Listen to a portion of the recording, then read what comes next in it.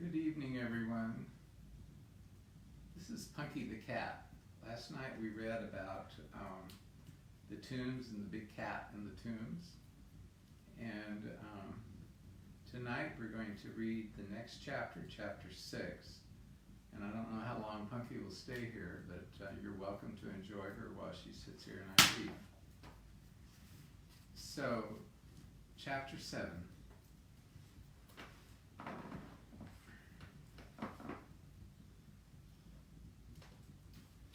Erebus and Tashbaan. What had really happened was this. When Erebus saw Shasta hurried away by the Narnians and found herself alone with two horses who, very wisely, wouldn't say a word, she never lost her head, even for a moment. She grabbed Bree's halter and stood still, holding both the horses, and though her heart was beating as hard as a hammer, she did nothing to show it. As soon as the Narnian lords had passed, she tried to move on again. But before she could take another step, another crier, "Bother all those people," thought Erebus, was heard shouting out, "Way, way, way, way for the Tarkina Lazarline!" And immediately following the crier came 4 armed slaves, then 4 bearers carrying a litter which was all aflutter with silken curtains and all a jingle with silver bells, and which scented the whole street with perfumes and flowers. After the litter, female slaves in beautiful clothes, and then a few grooms, runners, pages, and the like. And now Erebus made her first mistake. Oh dear, I wonder what happened. She knew Lazarline quite well, almost as if they had been at school together, because they had often stayed in the same houses and been to the same parties, and Erebus couldn't help looking up to see what Lazarline looked like now that she was married and a very great person indeed. It was fatal. The eyes of the 2 girls met, and immediately Lazarline sat up in the litter and burst out at the top of her voice, "Erebus, what on earth are you doing here? Your father." There was not a moment to lose. Without a second's delay, Erebus let go of the horses, caught the edge of the litter, swung herself up beside Lazarline, and whispered furiously in her ear, "Shut up, do you hear? Shut up! You must hide me. Tell your people." "But darling," began Lazarline in the same loud voice. She didn't mind in the least making people stare. In fact, she rather liked it. "Do what I tell you or I'll never speak to you again," hissed Erebus. Please be quick, lass. It's frightfully important. Tell your people to bring those 2 horses along. Pull all the curtains of the litter and get away somewhere where I can't be found. And do hurry." "All right, darling," said Lazarline in her lazy voice. "Here, 2 of you take the Tarkina's horses." This was to the slaves. "And now home, I say, darling.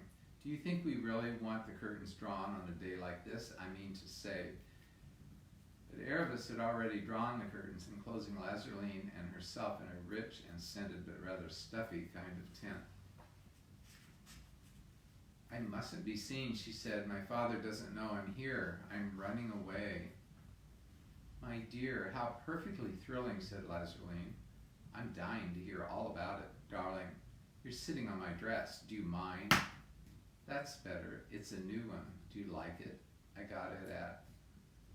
"Oh, lass, do be serious," said Erebus. "Where is my father?" "Didn't you know?" said Lazarline. "He's here, of course. He came down to town yesterday and is asking about you everywhere. And to think of you and me being here together and his not knowing anything about it. It's the funniest thing I've ever heard." And she went off into giggles. She always had been a terrible giggler, as Erebus now remembered. "It isn't funny at all," she said. "It's deadly serious. Where can you hide me?" "No difficulty at all, my dear girl," said Lazarline. I'll take you home. My husband's away and no one will see you. Phew. It's not much fun with the curtains drawn. I want to see people. There's no point in having a new dress on if one's going to be all shut up like this. I hope no one heard you when you shouted out to me like that, said Erebus. No, no, of course, darling, said Lazarine absent-mindedly. But you haven't even told me yet what you think of the dress. Another thing, said Erebus, you must tell your people to treat those two horses very respectfully. That's part of the secret. They're really talking horses from Narnia. Fancy, said Lazarine, how exciting. And oh, darling, have you seen the barbarian queen from Narnia? She's staying in Tashbaan at present. They say Prince Rabadash is madly in love with her. There have been the most wonderful parties and hunts and things all this last fortnight. I can't see that she's so very pretty myself. But some of the Narnian men are lovely. I was taken out on a river party the day before yesterday, and I was wearing my "How shall we prevent your people from telling everyone that you've got a visitor dressed like a beggar's brat in your house? It might so easily get round to my father." Now don't keep on fussing, there's a dear, said Lazarine. We'll get you some proper clothes in a moment. And here we are. The bearers had stopped and the litter was being lowered. When the curtains had been drawn, Erebus found that she was in a courtyard garden very much like the one that Shasta had been taken to for a few minutes earlier in another part of the city. Lazarine would have gone indoors at once, but Erebus reminded her in a frantic whisper to say something to the slaves about not telling anyone of their mistress's strange visitor. Sorry, darling, it had gone right out of my head, said Lazarine. Here, all of you, and you, doorkeeper, no one is to be let out of the house today, and anyone I catch talking about this young lady will be first beaten to death, then burned alive, and after that kept on bread and water for 6 weeks. There. Although Lazarine said she was dying to hear Erebus' story, she showed no sign of really wanting to hear it at all. She was, in fact, much better at talking than at listening. She insisted on Erebus having a long and luxurious bath. Calormene baths are famous. And then dressing her up in finest clothes before she would let her explain anything. The fuss she made about choosing the dresses nearly drove Erebus mad. She remembered now that Lazarine had always been like that, interested in clothes and parties and gossip.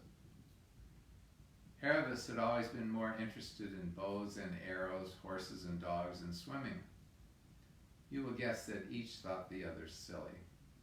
But when at last they were both seated after a meal, it was chiefly of the whipped cream and jelly and fruit and ice sort in a beautiful pillared room, which Erebus would have liked better if Lazarine's spoiled pet monkey hadn't been climbing about it all the time.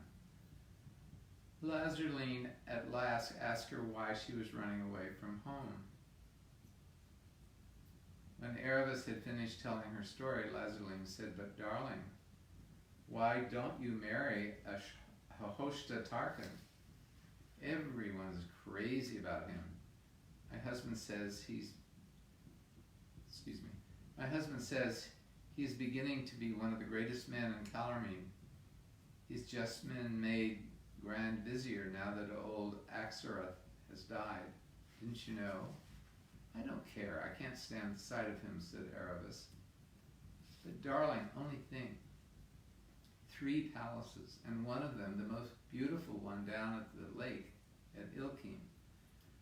Positively ropes of pearls, I'm told, baths of ass's milk, and you'd see such a lot of me. He can keep his pearls and palaces as far as I'm concerned, said Erebus. You always were a queer girl, Erebus, said Lazarine. What more do you want? In the end, however, Erebus managed to make her friend believe that she was in earnest and even to discuss plans. There would be no difficulty now about getting the 2 horses out of the north gate and then on to the tombs. No one would stop or question a groom in fine clothes leading a war horse and a lady's saddle horse down to the river. And Lazarline had plenty of grooms to send. It wasn't so easy to decide what to do about Erebus herself. She suggested that she come out being carried out in a litter with curtains drawn. But Lazarline told her that litters were only used in the city, and the sight of one going out through the gate would be certain to lead to questions. And they had talked for a long time, and it was all the longer because Erebus found it hard to keep her friend to the point. At last, Lazarline clapped her hands and said, "Oh, I have an idea. There is one way of getting out of the city without using the gates. The Tisrock's garden, may he live forever, runs right down to the water, and there is a little water door. Only for the palace people, of course, but then you know, dear." Here she tittered a little bit. "We almost are palace people. I say, it's lucky for you that you came to me. The dear Tisrock, may he live forever, is so kind. We're asked to the palace almost every day, and it is like a second home. I love all the dear princes and princesses, and I positively adore Prince Rabidash. I might run in and see any of the palace ladies at any hour of the day or night. Why shouldn't I slip in with you after dark and let you out by the water door? There are always a few punts and things tied up outside it, and even if we were caught, all would be lost," said Erebus. "Oh, darling, don't get so excited," said Lazarine. "I was going to say, even if we were caught, everyone would only say it was one of my mad jokes. I'm getting quite well known for them. Only the other day, do listen, dear, this is frightfully funny." "I meant all would be lost for me," said Erebus a little sharply. Oh, yes, I do see what you mean, darling. Well, can you think of any better plan?" Erebus couldn't and answered, "No, we'll have to risk it. Can we start?" "Oh, not tonight," said Lazarline. "Of course not tonight. There's a great feast on tonight. I must start getting my hair done for it in a few minutes. The whole place will be a blaze of lights, and such a crowd too. It will have to be tomorrow night." This was bad news for Erebus, but she had to make the best of it. The afternoon passed very slowly, and it was relief when Lazarline went out to the banquet, for Erebus was very tired of her giggling and her talk about dresses and parties and weddings and engagements and scandals. She went to bed early, and that part she did enjoy. It was so nice to have pillows and sheets again. It is nice, isn't it? Especially if you've been camping. It's so good to get in your bed after you've been camping. The next day passed very slowly. Lazarline wanted to go back to the whole arrangement and kept on telling Erebus that Narnia was a country of perpetual snow and ice, inhabited by demons and sorcerers, and she was mad to think of going there. "And with a peasant boy, too," said Lazarline. "Darling, just think of it. It's not nice." Erebus had thought it a good deal, but she was so tired of Lazarline's silliness by now that for the first time she began to think that traveling with Shasta was really rather more fun than fashionable life in Tashbaan. So she only replied, "You forget that I'll be nobody just like him when we get to Narnia. And anyway, I promised." "And to think," said Lazarline, almost crying, "that if only you had sense you could be the wife of the Grand Vizier." Erebus went away to have a private word with the horses. She's talking to the horses now. He's talking to the horses. "You must go with the groom a little before sunset down to the tombs," she said. "No more of these packs. You'll be saddled and bridled again. But there'll have to be food in Hwin's saddlebags and a full water skin behind yours, Bree. The man has orders to let you both have a good long drink at the far side of the bridge. And then Narnia and the north," whispered Bree. "But what if Shasta's not at the tombs?" "Wait for him, of course," said Erebus. "I hope you'll be quite comfortable." Never better stabled in my life, said Bree. But if the husband of that tittering Tarquina, friend of yours, is paying his head groom to get the best oats, then I think the head groom is cheating him. Aravis and Lazarline had supper in the pillared room. About 2 hours later, they were ready to start. Aravis was dressed to look like a superior slave girl in a great house and wore a veil over her face. They had agreed that if any questions were asked, Lazarline would pretend that Aravis was a slave she was taking as a present to one of the princes. The two girls went out on foot. A very few minutes brought them to the palace gates. Here there were, of course, soldiers on guard, but the officer knew Lazarline quite well and called his men to attention and saluted. They passed at once into the hall of black marble. A fair number of courtiers, slaves, and others were still moving about here, but this only made the girls less conspicuous. They passed on into the hall of pillars, and then into the hall of statues and down the colonnade, passing the great beaten copper doors of the throne room. It was all magnificent beyond description, what they could see of it in the dim light of the lamps. Presently they came out into the garden court, which sloped downhill on a number of terraces. On the far side of that, they came to the old palace. It had already grown almost quite dark, and now found themselves in a maze of corridors lit only by occasional torches fixed in brackets to the walls. Lazarline halted at a place where you had to go either left or right. "Go on, do go on," whispered Aravis, whose heart was beating terribly and who still felt that her father might run into them at any corner. "I'm just wondering," said Lazarline. "I'm not absolutely sure which way we go from here. I think it's the left. Yes, I'm almost sure it's the left. What fun is this?" They took the left-hand way and found themselves in a passage that was hardly lit at all. They soon began going down steps. "It's all right," said Lazarline. "I'm sure we're right now. I remember these steps." But at that moment, a moving light appeared ahead.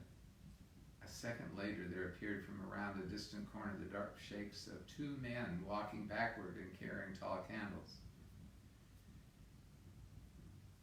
And of course, it is only before royalties that people walk backward.